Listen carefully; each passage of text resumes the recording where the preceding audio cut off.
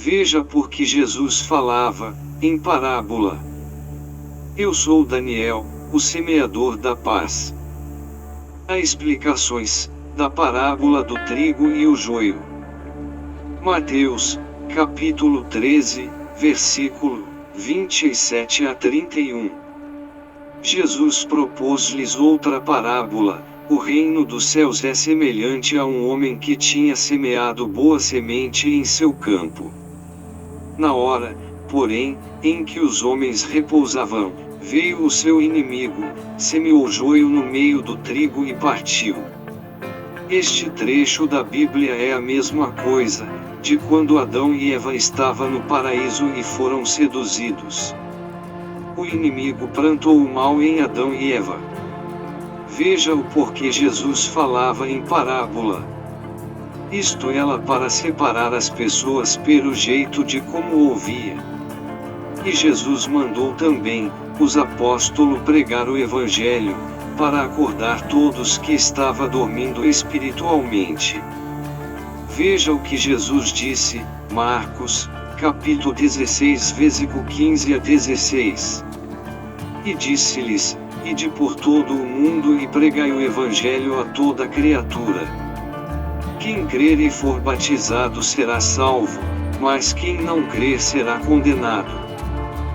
E o povo, quando ouvia os apóstolos falar, logo todos se identificavam, quem era bom ou ruim. Quem era bom, se aproximava dos apóstolos. Quem era ruim, quando ouvia os apóstolos falar, logo espraguejava, e pegavam em pedra para jogar.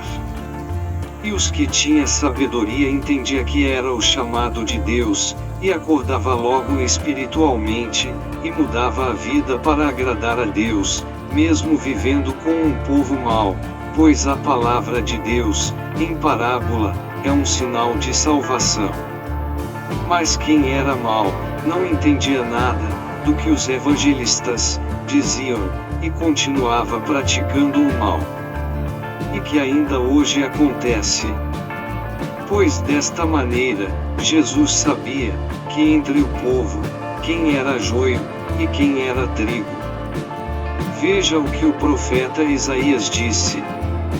Isaías, capítulo 6, versículo 9, 10. Disse, vai pois, dizer a esse povo, disse ele, escutai, sem chegar a compreender, olhai, sem chegar a ver. Obceca o coração desse povo, ensurdece-lhe os ouvidos, fecha-lhe os olhos, de modo que não veja nada com seus olhos, não ouça com seus ouvidos, não compreenda nada com seu espírito. E não se cure de novo. Foi o que aconteceu com os 10 leprosos, que todos foram curados, mas só um voltou para agradecer. Este era trigo e os 9 que não voltaram era joio. As pessoas que eram humildes, que não guardavam rancor, que davam de comer a quem tem fome, e sabia perdoar, e que não tinha tempo para olhar para si mesmo. Estes entendiam o que Jesus estava dizendo. Mas a maioria não a entendia nada. É o que está acontecendo ainda hoje. As parábolas de Jesus são estudados pelos maiores sábios da terra. Mas nunca vão entender. Pois só os humildes que têm o pensamento em Deus. E quem entende, mas as pessoas não vê assim foi o que aconteceu com Jesus.